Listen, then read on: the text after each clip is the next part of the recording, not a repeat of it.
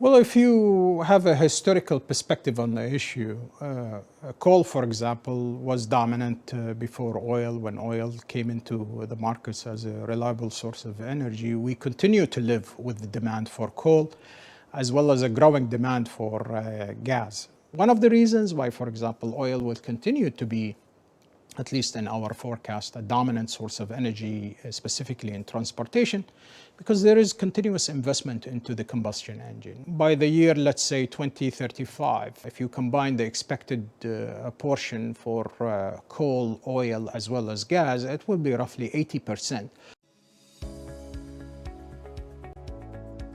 People usually get confused between a monopoly and a cartel. The significant difference between the two is that monopolies only have one dominating player who controls a particular product's production, sales, and pricing. In contrast, cartels are a group of dominant organizations that collaborate to manipulate the market to their advantage. Welcome to Force Edu, a place where all business and supply chain enthusiasts come for a weekly dose of knowledge. If you have not yet subscribed to our channel, you're missing out on value-adding content.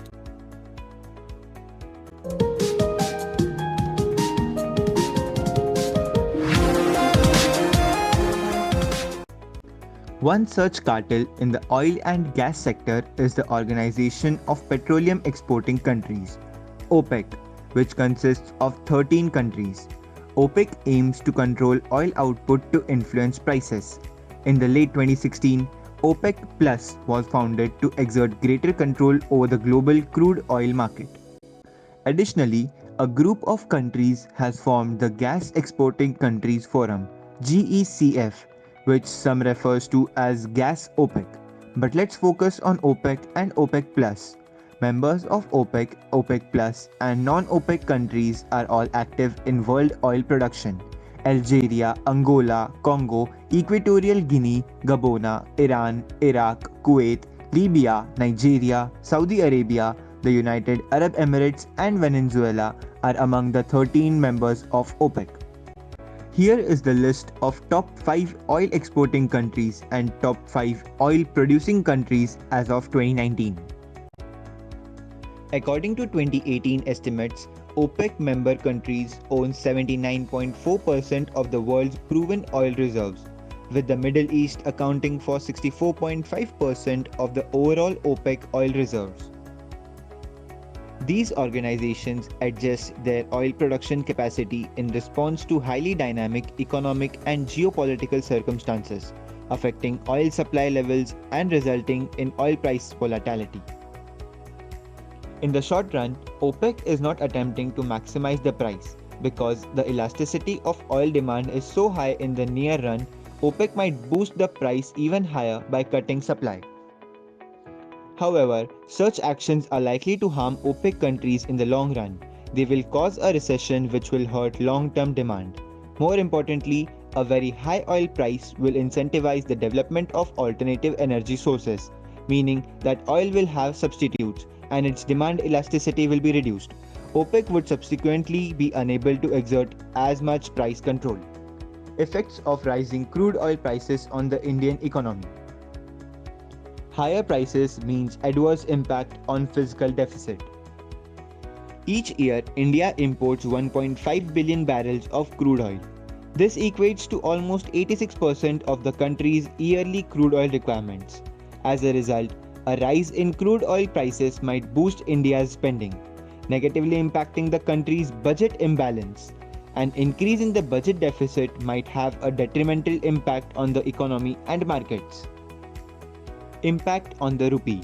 The rupee is anticipated to weaken further by the end of the year if crude oil prices continue high. The devaluation of the rupee has repercussions for the Indian economy and even the stock market. Impact on current account deficit (CAD). Over the last few years, India's reliance on crude oil import has only grown. The percentage of dependent people has increased from 77.3% in financial year 2014 to 83.7% in financial year 2018. The increase in the price of crude oil has a significant influence on India's current account deficit. CAD is a metric of India's trade in which the value of imported goods and services exceeds the value of exported goods and services. CAD stands for the amount of foreign cash that India owes to the rest of the globe. Impact on stocks. Many Indian businesses rely on stable crude oil prices. This comprises tire, lubricant and footwear manufacturers as well as refineries and aviation firms. Higher input prices have a negative impact on the profitability of these businesses. In the short run, this might have a negative influence on stock values. Impact on inflation. Oil is a critical commodity that is required to supply domestic fuel requirements. Furthermore, it is a crucial, essential element utilized in various sectors. A rise in the price of crude oil results in an increase in the cost of manufacturing items. Consumers would eventually bear the brunt of this price increase, resulting in inflation. According to experts, a $10 increase in crude oil prices might hike inflation by 10 basis points, equivalent to 0.1%. In summary, the oil industry dynamics are complicated, and oil prices depend on more than the principles of demand and supply. OPEC Plus will maintain its supremacy in determining oil prices under normal global market circumstances. OPEC's dominance in the worldwide market allows it to manipulate production quotas and hold a key role in oil price setting, despite obstacles such as fracking technology and oil discovery in non-OPEC locations. While we bid adieu, can you identify the city where OPEC has its headquarters? Please comment your answers in the chat below. To all the viewers out there, thank you for watching the video.